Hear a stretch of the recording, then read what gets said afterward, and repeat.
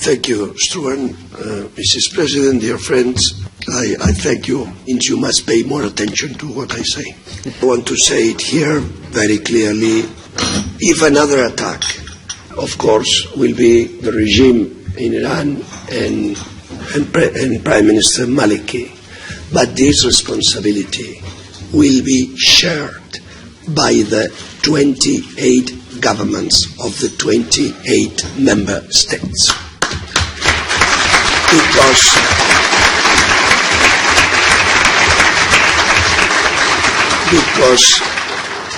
Because they know that this can happen.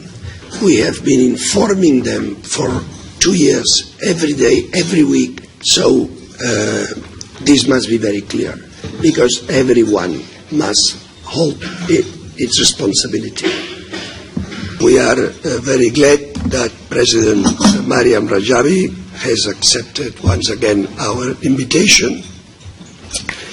We are always ready to learn from her as leader of the Iranian democratic opposition. I will refer very briefly to 3 issues today. The first issue is the silence and inaction on the part of the European Union, and especially Lady Ashton, regarding the crime against humanity that took place at Ashraf on the 1st of September. This crime has not finished. It's ongoing, since the Iraqi government continues to hold 7 members of the PMOI as hostages. I know, and Mrs. Ashton knows, that the hostages are being held in Baghdad. The European Union's ambassador there, other diplomats in Baghdad, and Amnesty International say the same, but the European Union has not taken a strong stance with the Iraqi government yet. She should call loudly on the Iraqi government to release the hostages immediately. Otherwise, Iraq's relations with the European Union will be affected. She has many ways to put pressure on Maliki. She has all the levies to play with, to force him to act rightly. Mrs. Ashton has also been silent about the horrendous executions in Iran, which have sharply increased since Rouhani took the presidency, the moderate Rouhani. We should never put negotiating above basic human rights.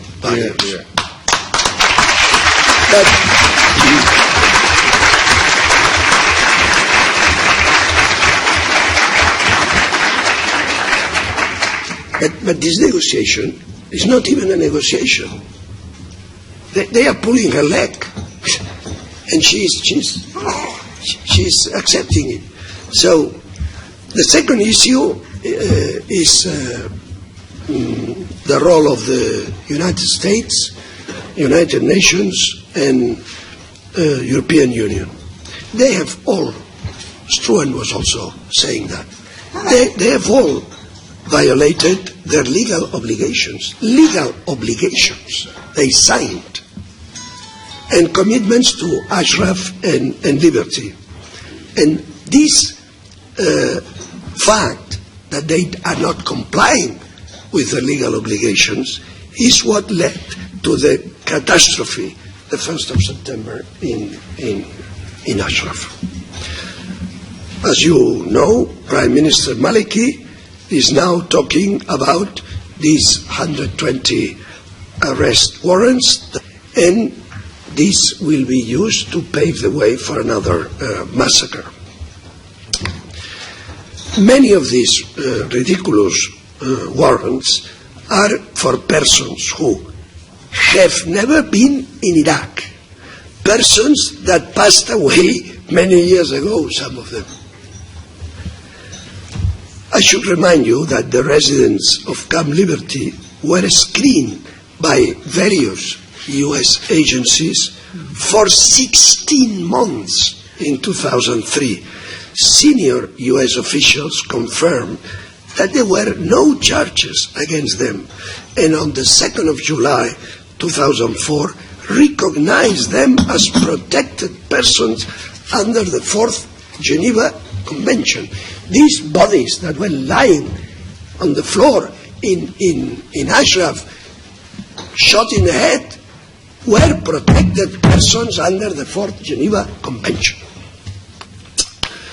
The residents' lawyers have repeatedly asked the Iraqi government to present to international courts any proof they have of illegal actions of the residents.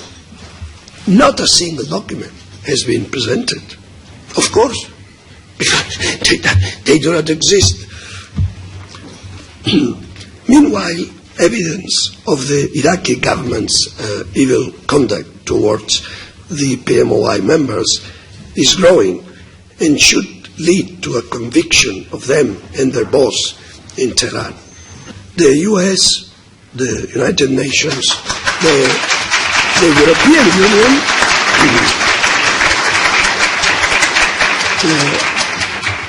the three of them guaranteed the security of the residents until the last person was transferred out of Iraq. And it was upon such assurances that residents moved to liberty. And the third and last issue I want to speak about today with you is the hunger strike by our friends at Liberty and in Washington, in Geneva, and other cities around the world. When their rights are trampled upon and their loved ones are being executed, while the major powers are covering their eyes and the United Nations at best is silent, what else can they do but resist and pay the price with their own lives in order to attract the world's attention and try to move global conscience? We have repeatedly asked the American authorities, the European Union, to respond positively to their legitimate demands. The US government could and can make Iraq release the hostages and provide protection for liberty, but 3 months after, nothing has been accomplished. Even the bodies of the 52 people assassinated have not been returned for burial. Such a cruelty. It is shameful for our governments to have no option left but hunger strike, and this is the fault, I repeat, of United Nations, of United States, and of the European Union. Mrs. Rajavi has repeatedly asked those hunger strikes who are already in extreme physical conditions to end their strike. She has talked to them by the phone repeatedly. She has dispatched representatives to various cities to convince them to stop the hunger strike. But they continue to resist. In today's world, this is highly admirable. Giving your life for a just cause, for gaining a legitimate right, for defending the security of others, and for defending moral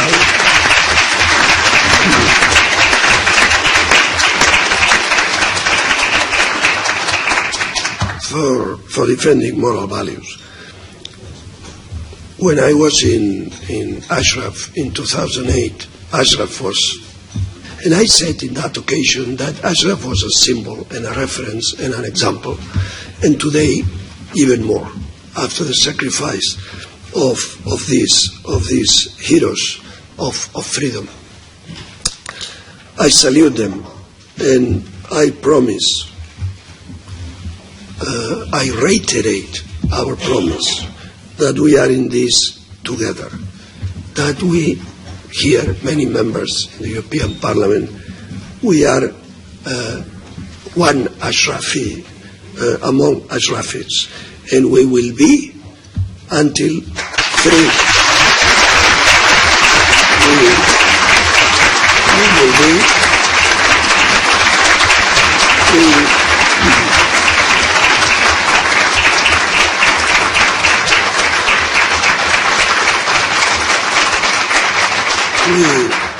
we will be until a free Iran is accomplished. Thank you very much.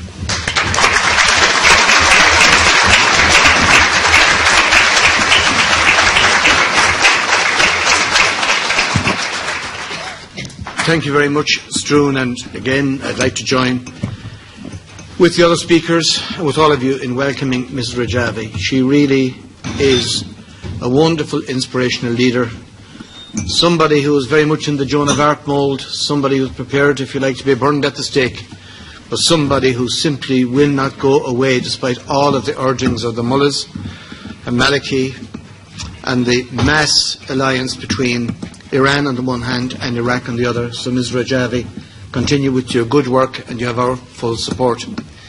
I just want to take up on the last point that was raised by my good friend and colleague, Vice President Alico Vidal-Quadras. And that's in relation to the blood sacrifice being made by the 7 people who were on hunger strike. There is no greater sacrifice than this. So I think these people are making the ultimate sacrifice. We are dealing with a corrupt regime who do not understand that signing an agreement is an agreement. We've seen what happened in relation to the massacres in Ashraf and Liberty. So they don't understand an agreement. An agreement is not binding as far as they are concerned. As far as they are concerned, this is basically a cosmetic exercise to get them over the line in terms of ensuring that the sanctions are lifted and that aid from the West in terms of negotiations, in terms of trade, and in terms of assistance will flow again. So look, again I want to say we are calling on Mrs. Ashton, for what it is worth, to do the decent thing, to immediately release the 7 hostages, to give the bodies back, to give them a decent Muslim burial and so on, but above all else, to get stuck into this project. But look, the battle goes on, the fight goes on, and eventually, hopefully, we will prevail. Thank you.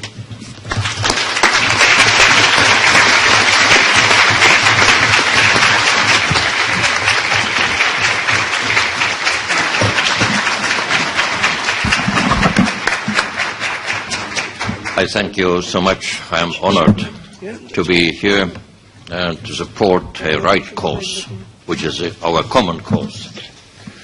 We can't live without further having dignity, without this problem being solved and these people protected and free.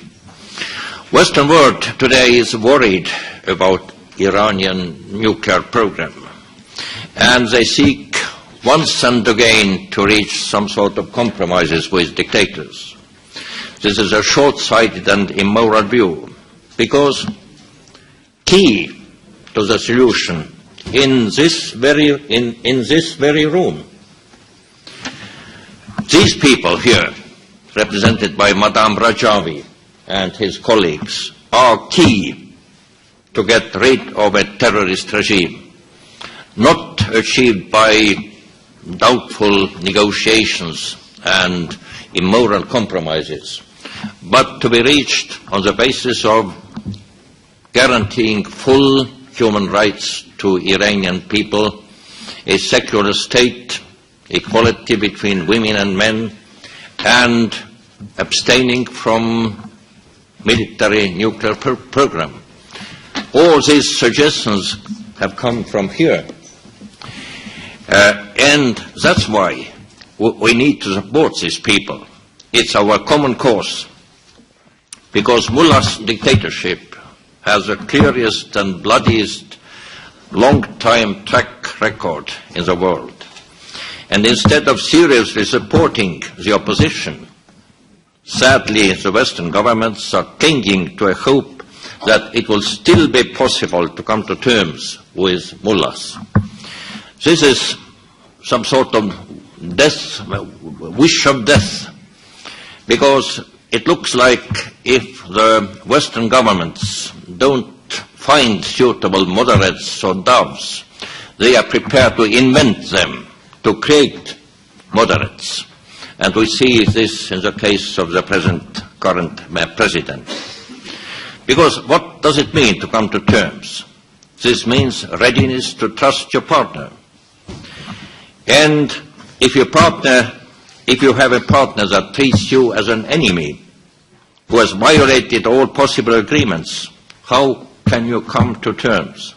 Today we are here to have a different reaction, but we must first realize we need to defend we are defending also our common future.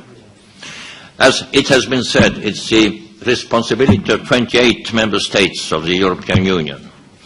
And we need to start demonstrations between our foreign ministries, before our foreign ministries, before our ministers of interior.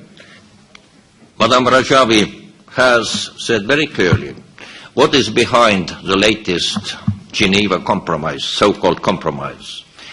It is the fear of the current regime to have 2009 demonstrations be repeated.